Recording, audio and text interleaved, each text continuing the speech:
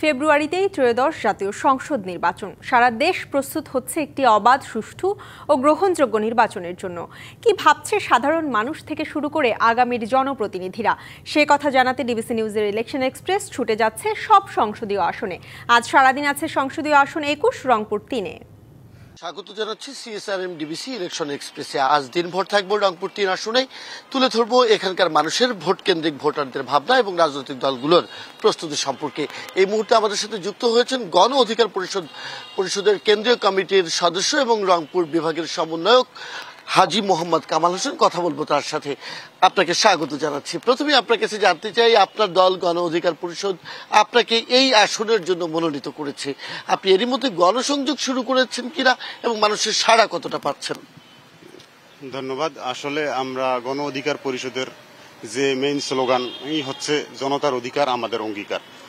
বরাবর আপনারা দেখছেন যে স্বাধীনতার পর থেকেই এই রংপুর সদর ৩ আসন নিয়ে শুধু ছেলে খেলা।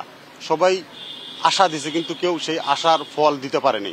আমরা গণ অধিকার পরিষদ ইনশাআল্লাহ যদি আমরা নির্বাচিত হই, এখানকার যে স্বাস্থ্য, তারপর শিক্ষাগত যে সবকিছু অনেক সমস্যা আমরা ইনশাআল্লাহ সেগুলা সমাধান করব। এবং এখানে যে বিগত দিনগুলোতে স্বাধীনতার পর থেকে এখন পর্যন্ত এই আসনে যারাই নির্বাচিত হয়েছে তারা শুধু এই রংপুর সদর ৩ আসনের জনগণকে শুধু বোকার মতো বোকা বানিয়ে কাজ করে গেছে।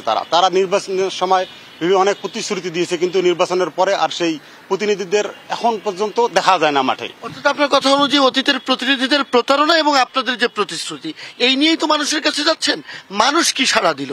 মানুষ অবশ্যই এখন এই অভ্যন্তরের পরে যে আমাদের যে নতুন বাংলাদেশ গড়ার যে এরা তরুণরাই নেতৃত্ব দেবে, মানুষ রংপুর সদর আসনের যে জনগণ আছে তারা চাচ্ছে নতুন কিছু আনতে। সবসময় তারা প্রতারিত হয়েছে, এই প্রতারণা থেকে মুক্তি পাওয়ার জন্য তারা নতুন কিছু খুঁজতেছে। এই কারণে আপনাদেরকে বেছে নিবে, তাই তো? আপনাদের আসলে প্রস্তুতি কতটুকু আছে? আমাদের প্রস্তুতি ইনশাআল্লাহ মোটামুটি ৩০০ আসনের জন্য আমরা প্রস্তুত।